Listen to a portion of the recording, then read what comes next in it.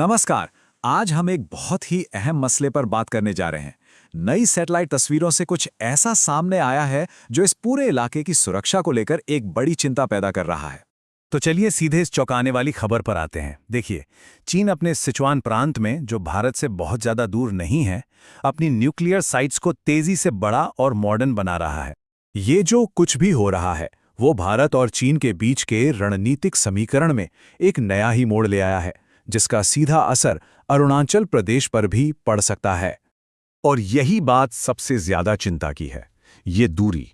ये परमाणु ठिकाने इतने करीब हैं कि भारत को अपनी डिफेंस स्ट्रैटेजी पर एक बार फिर से सोचने की सख्त जरूरत है। अच्छा, इस विस्तार का असली मतलब समझने के लिए पहले हमें ये देखना होगा कि दुनिया भर में न्यूक्लियर ताकतों के बीच चीन आज कहाँ खड़ा है। जैसा कि हम देख सकते हैं, रूस और अमेरिका के पास अभी भी सबसे ज्यादा हथियार हैं।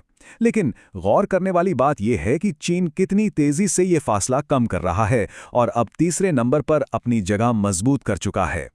और ये टेबल तो तस्वीर को और भी साफ कर देती है। इससे पता चलता है कि चीन के पास पहले से ही ब्रिटेन, फ्रांस, भारत और पाकिस्तान जैसे देशों से कहीं ज्यादा परमाणु हथियार हैं। और ये रफ्तार रुकने वाली नहीं है। एक अनुमान के मुताबिक 2030 तक चीन के पास 1000, जी हां, 1000 परमाणु हथियार हो सकते हैं। ये एक बहुत बड़ी छलांग होगी।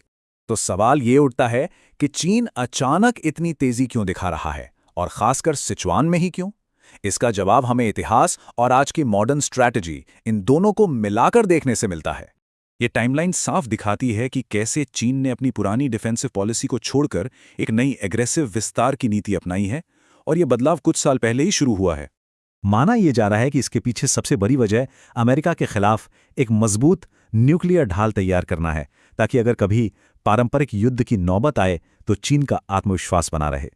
चलिए अब जरा और गहराई में चलते हैं और सैटेलाइट तस्वीरों में मिले सबूतों पर नजर डालते हैं, जो दो खास जगहों से सामने आए हैं।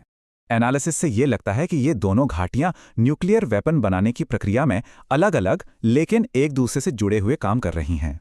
तो मतलब साफ है, एक जगह पर शायद विस्फोटकों को टेस्ट करने का काम चल रहा है, तो दूसरी जगह पर हथियार का सबसे जरूरी हिस्सा, उसका कोर तैयार किया जा रहा है।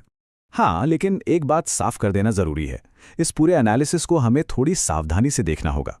सिर्फ सैटेलाइट तस्वीरों से ये पक्के तौर पर नहीं कहा जा सकता कि कितने हथियार बन रहे हैं। हो सकता है ये सब सिर्फ पुरानी जगहों को और सुरक्षित बनाने के लिए हो रहा हो।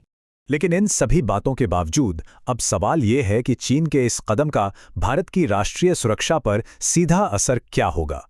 चलिए इस पर ध्यान देते हैं। सिचुआन में जो कुछ भी हो रहा है उसे हम अलग थलग करके नहीं देख सकते। ये पहले से ही चल रहे बॉर्डर टेंशन में एक नया और सच कहूं तो एक खतरनाक न्यूक्लियर एंगल जोड़ रहा है।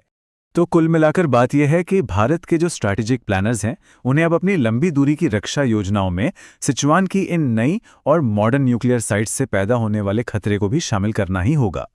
और ये सब हमें आने वाले समय के लिए एक बहुत बड़े सवाल के साथ छोड़ जाता है। जैसे जैसे एशिया की न्यूक्लियर ताकतें अपने हथियार बढ़ा रही हैं, इस इलाके में शांति और स्थिरता का भविष्य क्या होगा? एशिया की परमाणु कहानी में एक नया और शायद ज्यादा जटिल अध्याय अब शुरू हो रहा है।